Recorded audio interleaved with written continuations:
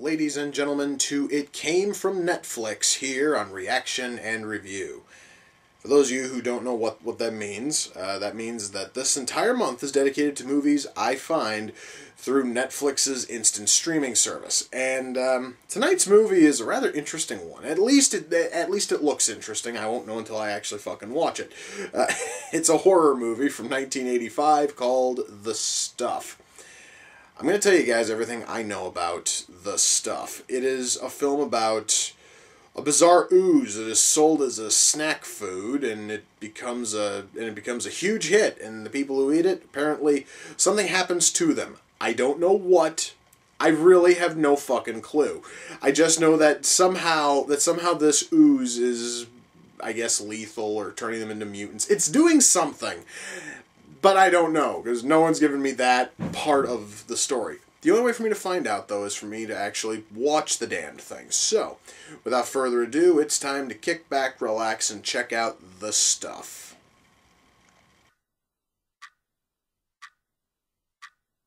Wait a second. So this old man basically finds what's essentially jizz squirting out of the ground, and the first thing he does is he fucking tastes it?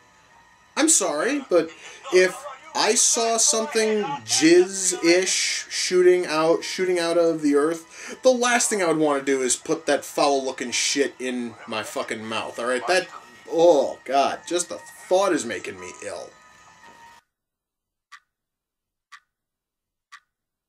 You know, I find it really funny that this guy is able to say that the stuff is no different from yogurt or ice cream. But he's really dodging the issue of exactly how it's fucking made. I'd be really suspicious about that if I were asking a simple question of what's in this shit, and somebody could not give me a straight answer. I really would be a little bit... I would find that to be ridiculously suspect. Just saying.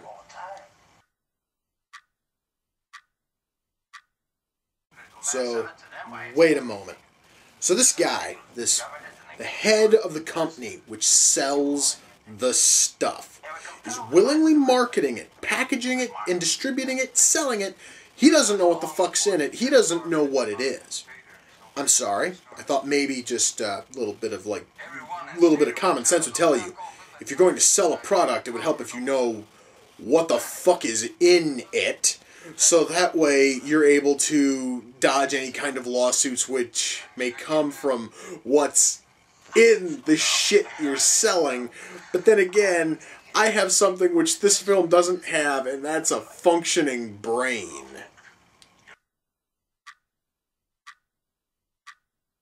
My God, I believe I finally get it. The stuff symbolizes consumer culture, which is why partaking in it turns you into a mindless zombie. Or maybe I'm thinking way too deep into this movie and it's just a pointless, stupid movie. I don't know.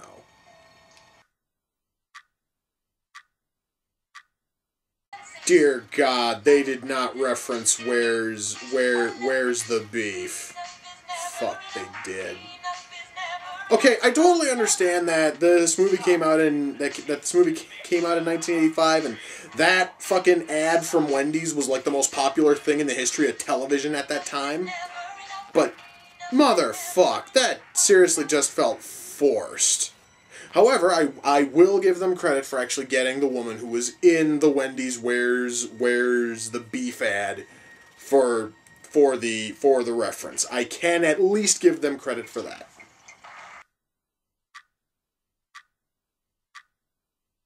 Alright, I totally understand this scene is probably, or rather these scenes are probably supposed to be all tense and shit, but really, guys, there is nothing going on here. Alright, oh, never mind, we just had a guy get run over and he just exploded into stuff. It really is hard to talk about this movie without sounding fucking like a blithering idiot, but that's exactly what he did. He kind of exploded into the stuff. Which, granted, is not nearly as disgusting as it sounds. It actually was sort of tame.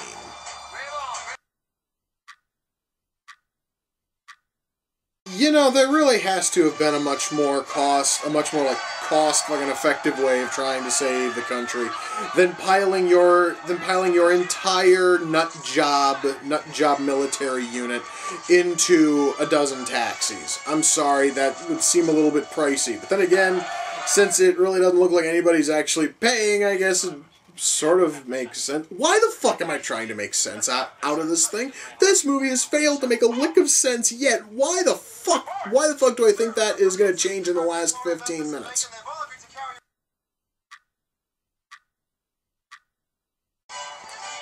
Thank the good fucking gods above that's done. Okay, well guys, that was the stuff. Now, I want to talk about writing. Writing is this film's biggest fucking sin, and I want to get it out of the way before I start sprinkling what few positives I have onto the film. You know, guys, I always thought that horror movies, especially horror movies, which this thing apparently was supposed to be, is supposed to, you know, have some kind of suspense. It is supposed to keep you on the fucking edge of your seat.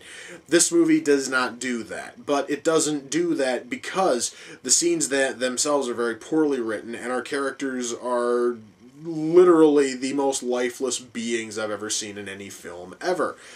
I totally understand. I have said that about other films in the past, but looking back on those, all of those characters are seeming ridiculously defined by fucking comparison to this thing.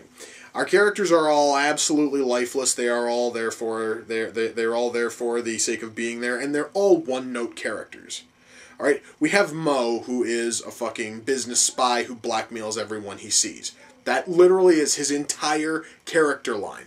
He is basically going out looking for the answer to what is in the stuff, because he's being paid by ice cream manufacturers who feel threatened because the stuff is cutting into their profits. We also have all of the fucking ice cream executives who pay him, who most of them are there for one scene and are then gone. We then have the kid who saw the fucking stuff wiggling is now all fucking evil instead of just the one container, which might have gone bad. And he goes ape shit in a fucking grocery store, and that is why Mo basically picks him up and brings him in. Almost every other character is just basically there because Mo stumbled upon them while he was investigating the stuff, or he was calling in favors and threatening to blackmail even more people, which is why he has the small fucking army with him at the end. Because he had incriminating video involving the colonel of this small little fucking militia. All right, that's it. That is the only reason why these soldiers are here. And speaking of that fucking colonel is really the only character who has any level of depth. But then again, that's because he's being played by Paul fucking Sorvino. And frankly, I believe that Paul Sorvino could probably make any character good. He is just that good a fucking actor. Now, otherwise, guys, the story makes no fucking sense at all. But that is partially because it really does feel like there is stuff missing here. Stuff here which might that there are scenes missing from the stuff. There is stuff missing in the stuff, if you will, that might actually try to explain more about the characters and, you know, fucking motivations. Exactly how did the stuff go from just being this little puddle of puddle of squirting fucking jizz in the middle of nowhere into a nationwide dessert food phenomena. They never explain any of this, and it would kind of and it would have helped if we would have seen this thing like gradually go, instead of, oh, you know, look at this, taste it, oh my, that is awesome, and then all of a sudden there are ads running like nationally and all this other stupid shit. So we have stuff like that. We have this film has really horrible pacing, and there seems to be scenes missing. And I can also say that because the film is only an hour and 20 minutes. It could probably have used for another 20 minutes of footage just solely to help us fucking care a little bit. So I am genuinely convinced that there is footage missing, or that there was footage that was never fucking filmed. So we do have that in terms of this film's pacing, is that the story makes no fucking sense because they apparently skimped on the budget a little bit, or perhaps maybe the writer is just that absolutely retarded when it comes to writing a script. Now, you would think with a script this bad that the acting would suck, but it doesn't. I normally, guys, am able to say that, fucking, like, the writing is shit, so the acting is gonna suck too.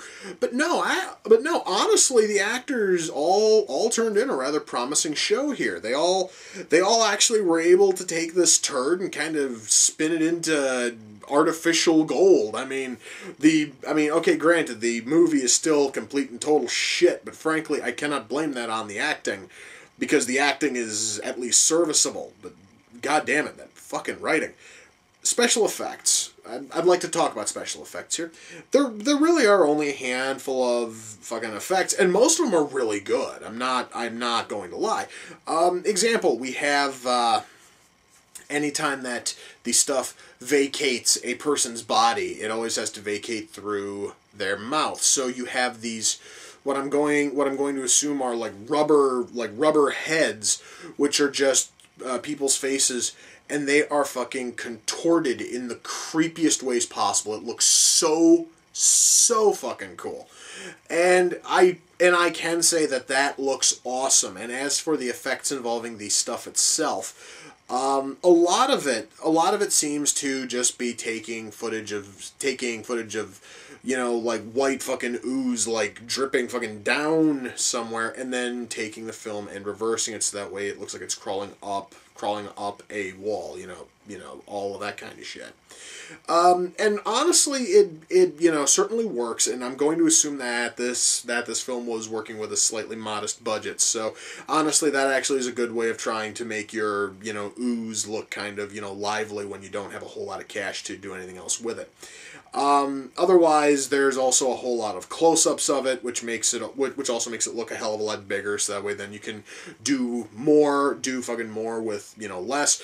Honestly, guys, effects in this movie are really good, especially considering the fact that they were making essentially the Blob if the Blob were edible. That's kind of the best way to sum up this movie. However, though, the Blob was actually decent, and this, wasn't, but I'm not really going to dwell on that. Sound. Oh boy, let's talk about the sound. I have talked in the past about films that almost flat out refuse to loop in dialogue in order to get rid of like background noise and shit like that. However, it kind of helps if when you loop your dialogue in, it looks natural. So we have characters who have their mouths moving, but you don't hear anything because they didn't loop in that fucking dialogue again. It looks really weird. Or we have the dialogue which was looped in no way sync up with the person's lips, so now it looks all creepy and a little bit off-putting. That honestly all of that could have been easily fixed if they actually knew what in the hell they were doing when it came to actually going and recording dialogue in post. That would probably have helped them out greatly.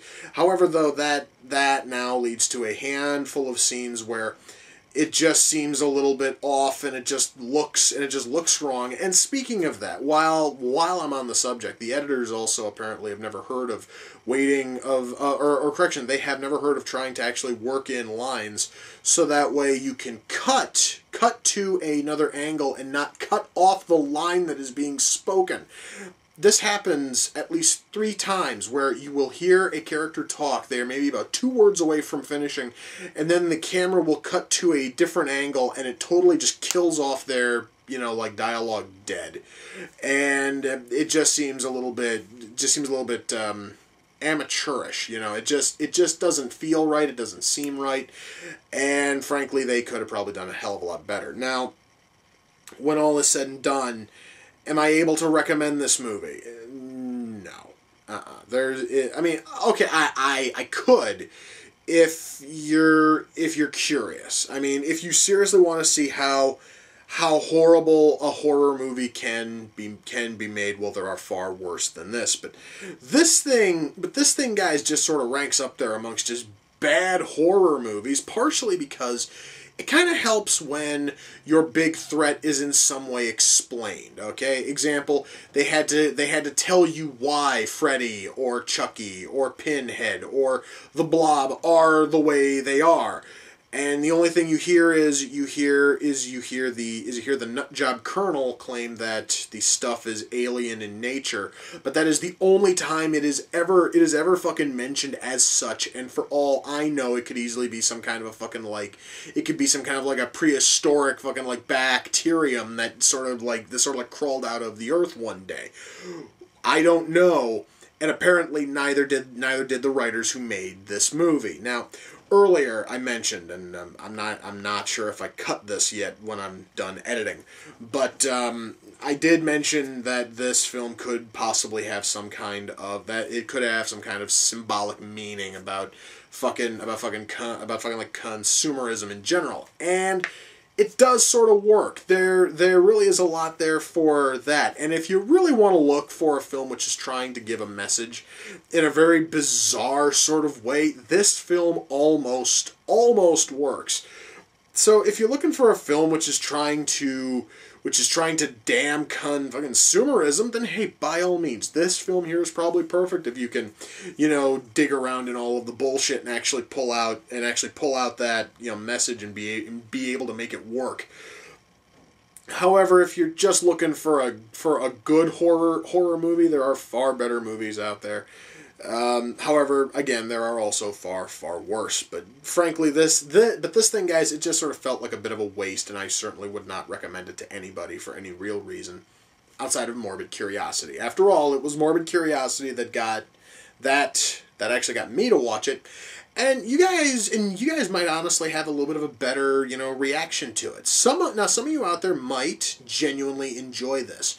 So really, if you're curious, check it out. Otherwise, best bet's just to fucking avoid it. So, yeah, guys, this fucking month is shaping up to be a real fucking winner. Yeah, and so far Netflix is still not failing to live up to its record of serving up mostly shit whenever I cover something. Oh boy. So guys, with that we come to the close of another reaction and review. Until next time, ladies and gentlemen, take care, and I will see you all in the near future. Peace.